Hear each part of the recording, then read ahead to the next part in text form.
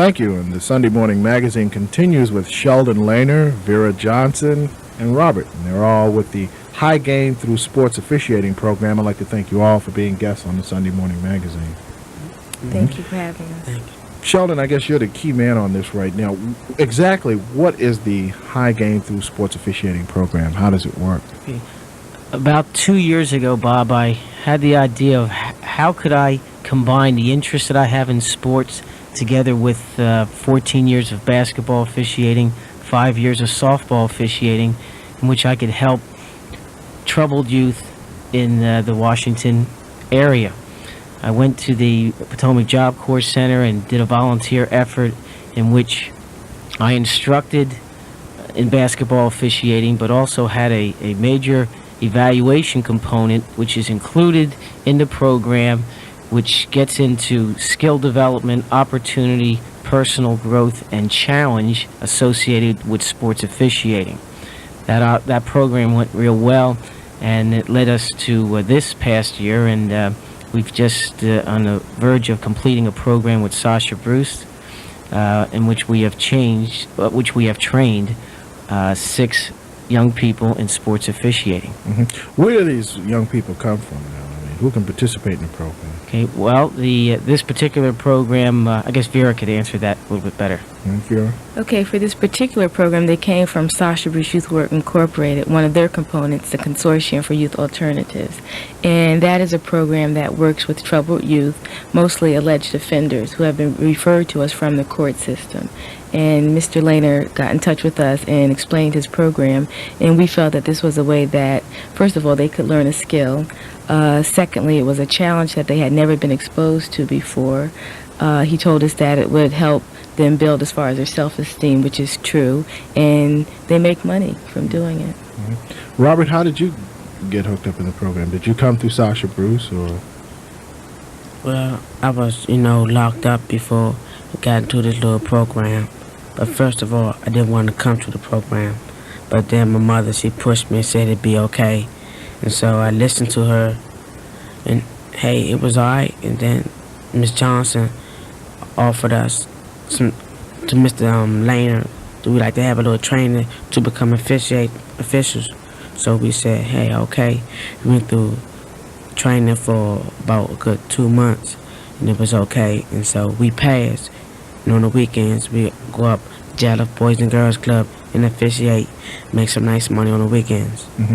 What did you have to learn? I mean, I guess a lot of people play basketball, but if you're going to call a game, I mean, you've got to learn some other things besides what the players know, right?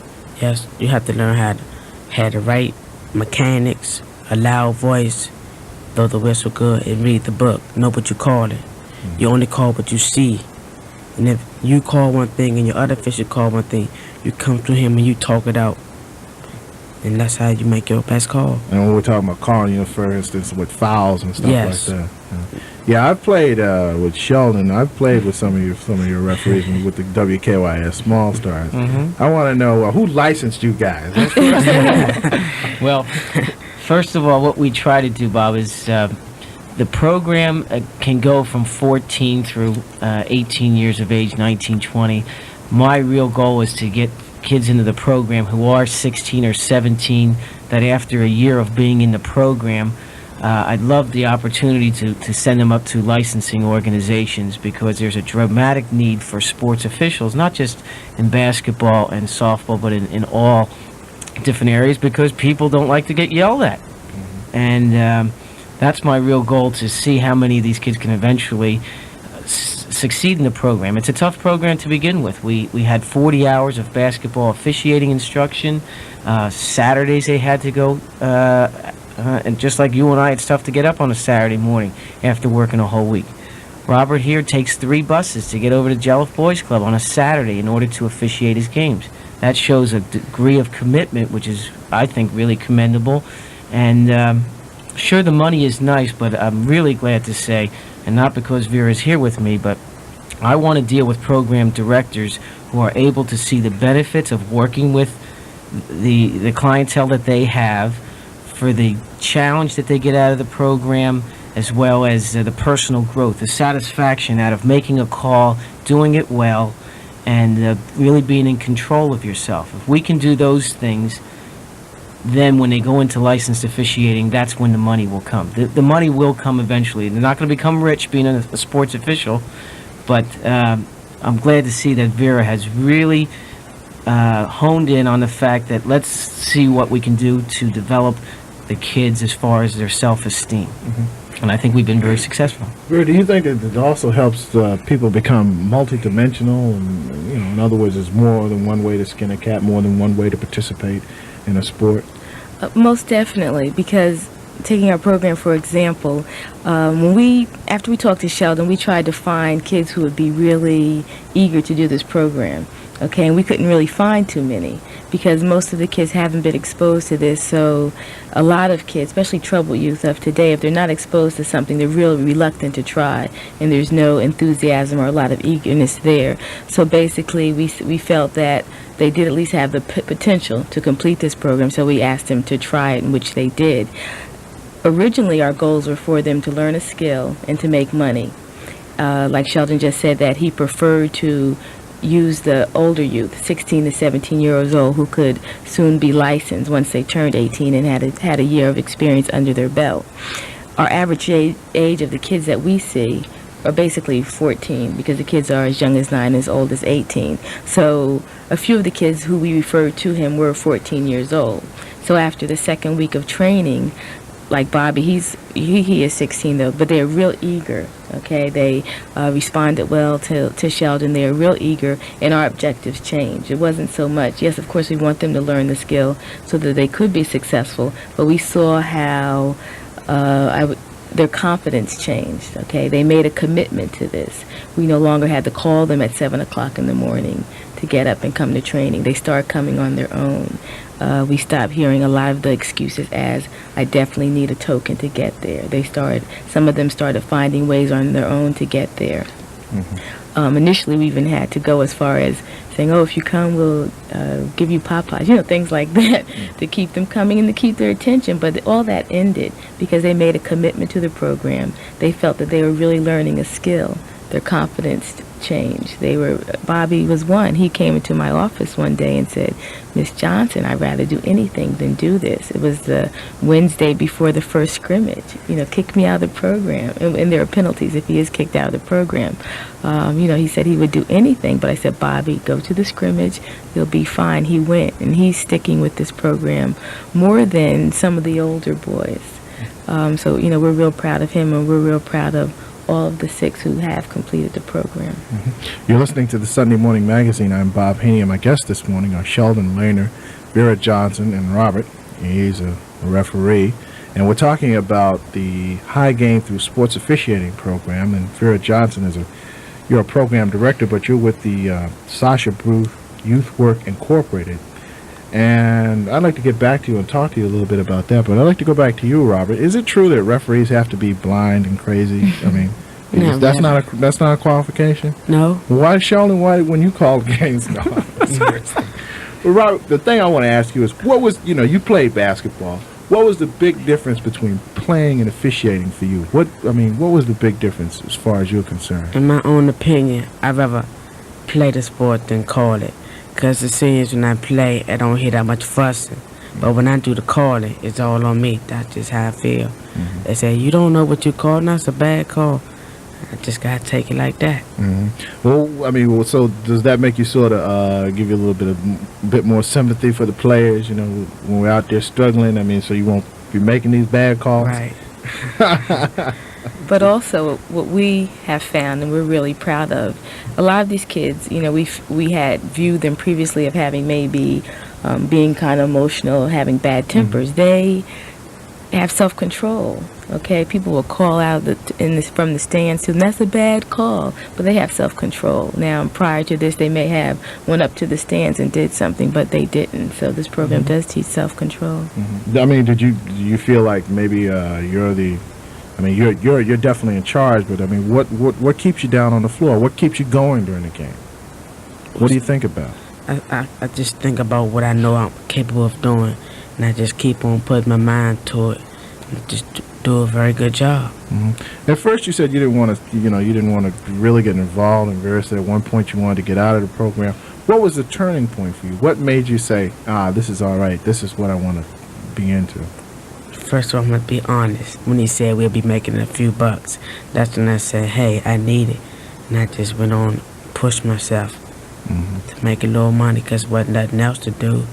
So I think if I keep busy and stop being around the people I used to hang around on the weekends, I'll stay out of trouble. It's helping me a lot. Okay. You're 16. What's going on out there? What's happening with teenagers right now? Well, I think just the way they growing up, the parents, once something happens wrong, the parents don't want to help them. They say, what the heck, you on your own, I don't care. They be ready to put them out, don't give them another chance. They're going by, seems like most parents going by the way they feel on the inside. They're not trying to listen to what the young youth has to say for itself. Like, she don't want to give them another chance. Did you have that problem? That people, a lot of your friends had a problem talking to their parents? Well, not really, but my mother, she gave me another chance and I showed her. She understands. And Sheldon, that's what you think is basically another chance. That's right. That's what the program is about, to hear some of these success stories, Bob, of what this program has meant. I call the parents each week to make sure that they're set up for the following Saturday games at Jelliff. And I'll often talk to the parents, and they say, thank you, Mr. Lehner, for giving us an opportunity for us to go and see our kids do something positive.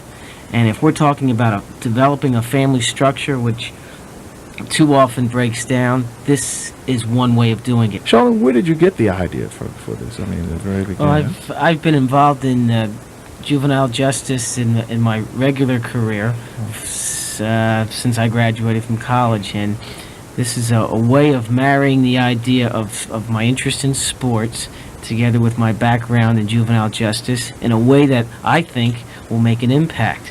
The program is not for everybody, but we were fortunate enough, for instance, to get some help from the Washington Bullets. They helped us in getting an NBA official to talk to the kids. It was last month. And I was really grateful for that opportunity because the kids are able to hear from somebody who's actually made it to the NBA. And Jess Kersey did the NBA finals last year, has been official for 15 years.